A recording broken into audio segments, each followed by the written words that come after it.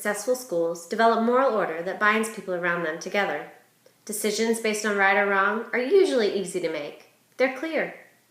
Decisions that stem from issues that, although not illegal, leave us feeling that something's not quite right are usually more difficult to make. As a principal, I am ultimately held accountable for each decision made within my school building. There are multiple factors that affect the issues that a particular district or school will face. Critical issues such as funding and dropping test scores, prevalent in both private and public education, never seem to get resolved.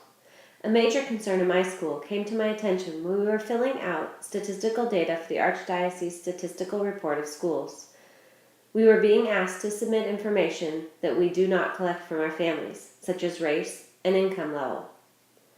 I have since rewritten each of our registration forms in order to collect the appropriate data for next year's report.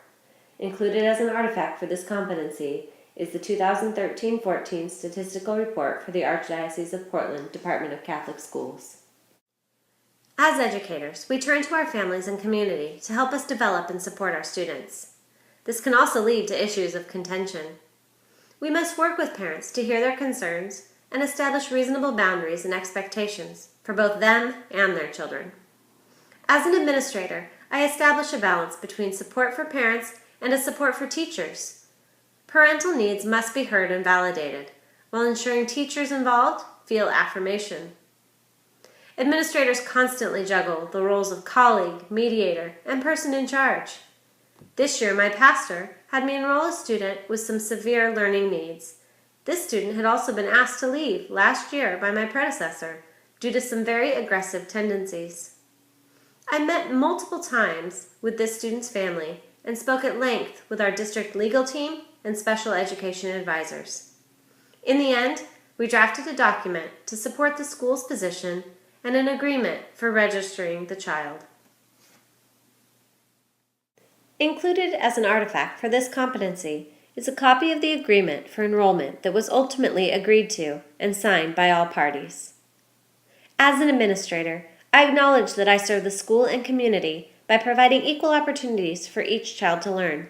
I am accountable for my decisions and their results, rooted within the values and beliefs of the community and myself, while working to increase student achievement and maintaining high academic standards in a safe and caring school environment.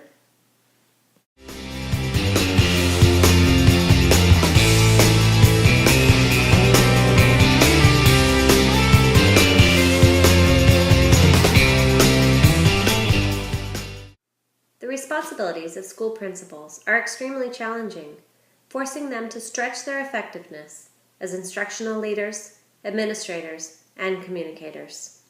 A principal needs to work with his or her school and community, with forethought given to utilizing the influences from the larger context. A principal's biggest role with parents and community is as a communicator.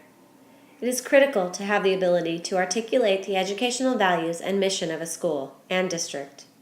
This is done through providing leadership in community relations and ongoing, regular communication with parents. Included as an artifact for this competency is a copy of the Catholic Sentinel. My school is represented on 2 different pages in articles used to highlight the good work we're doing in the community. This is part of a bigger marketing program to help bridge the gap between school and community as we make our way through the larger context. Principals and teachers cannot solve the problems of education alone. It is important to have a committee oversee school activity. Governmental agencies provide schools with financial support and statistical data. Unfortunately, many politicians do not have a background in education and cannot thoroughly understand the needs of students, teachers, and schools. As mentioned in Competency 4, my school participates in federal title programs. In order to access these funds, I must follow proper procedure and understand the policies, laws, and regulations that govern the use of these monies. Included as an artifact is a copy of my notes from the most recent meeting I attended to discuss the regulations on the use of title funds.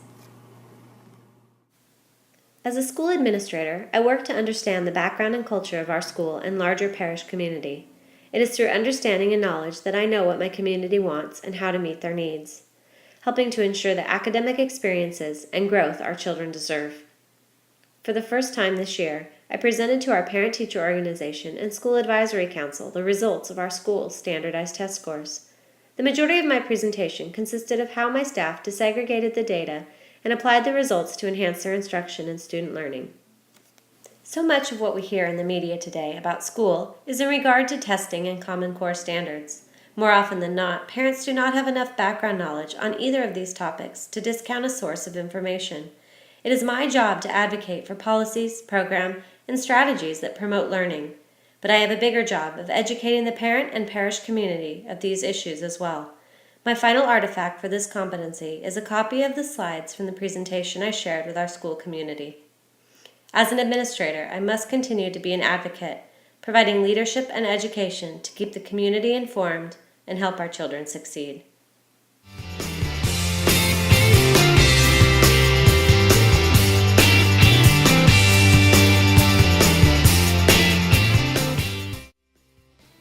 My practicum experience this year provided significant opportunities for me to synthesize and apply knowledge in a sustained, real-world setting.